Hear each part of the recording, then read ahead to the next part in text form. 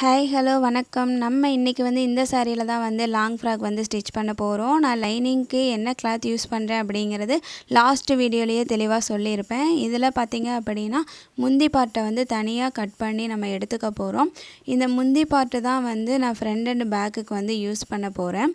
இப்போ இதில் அவங்க காலர் வச்சு எனக்கு லாங் ஃப்ராக் வேணும் அப்படின்னு கேட்டிருந்தாங்க. ஸோ அதுக்கு அளவு ட்ரெஸ் கொடுத்துருந்தாங்க. அந்த அளவு ட்ரெஸ் வச்சே நான் ஃப்ரண்ட் அண்ட் பேக் கட் பண்ணி எடுத்துக்கிட்டேன். அதே மாதிரி ஹேண்டுக்கு க்ரீன் கலர் வச்சா நல்லா இருக்காதே அப்படின்னு சொல்லிட்டு பிங்க் கலர் காம்பினேஷனில் ஹேண்ட் கட் பண்ணியாச்சு.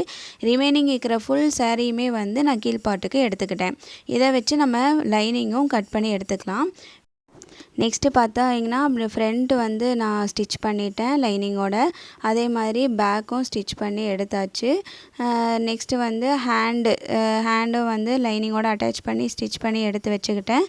நெக்ஸ்ட்டு பார்த்திங்க அப்படின்னா கீழே பாட்டமுக்கு சுருக்க வைக்கணும். சுருக்க வச்சு தைச்சதுக்கப்புறமா நம்ம இந்த மாதிரி ஃப்ளீட்ஸ் வச்சுக்கணும். அதுக்கப்புறம் லைனிங்கோட நம்ம ஜாயின் பண்ணி ஸ்டிச் பண்ணிக்கணும். இப்போ இது ஒரு மினி ஸ்கர்ட்டு மாதிரி நமக்கு கிடச்சிச்சு பாருங்கள். ஸ்கர்ட்டுக்கும் சேம் இதே மெத்தேடு தான். இப்போ என்ன பண்ண போகிறோன்னா அந்த ஸ்கர்ட் டைப்பே தான் மேலே டாப்பையும் பாட்டமையும் நாம் ஜாயின் பண்ண போகிறோம். ஜாயின் பண்ணிங்கன்னா இந்த மாதிரி கிடைக்கும். இதுக்கு மேலே ஒரு படிமான தையல் போடணும். நெக்ஸ்ட்டு பார்த்திங்கன்னா ஷோல்டர் 2 பக்கமும் ஷோல்டர் ஜாயின் பண்ணிக்கலாம். ஜாயின் பண்ணால் இந்த மாதிரி மாடல் நமக்கு கிடச்சிரும். அதுக்கப்புறமா நம்ம ஹேண்டு 2 சைடும் ஜாயின் பண்ணிக்கலாம். நெக்ஸ்ட்டு பார்த்திங்கன்னா நமக்கு லாங் ஃப்ராக் ரெடி ஆகிடுச்சு.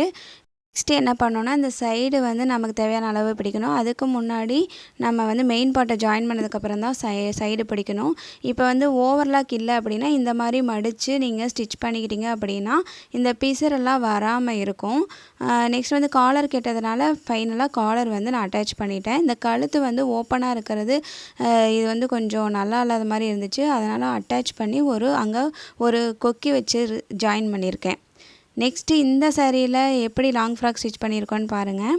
இந்த மாடல் அப்படின்னு பார்த்தீங்கன்னா இது முந்தியில் கொஞ்சமாக ஃப்ளவர் டிசைன் இருந்துச்சு. அதை யூஸ் பண்ணி நான் ஒரு மாடல் ஸ்டிச் பண்ணியிருக்கேன். இந்த மாடல் எப்படி இருக்குன்னு கமெண்ட் பண்ணுங்கள்.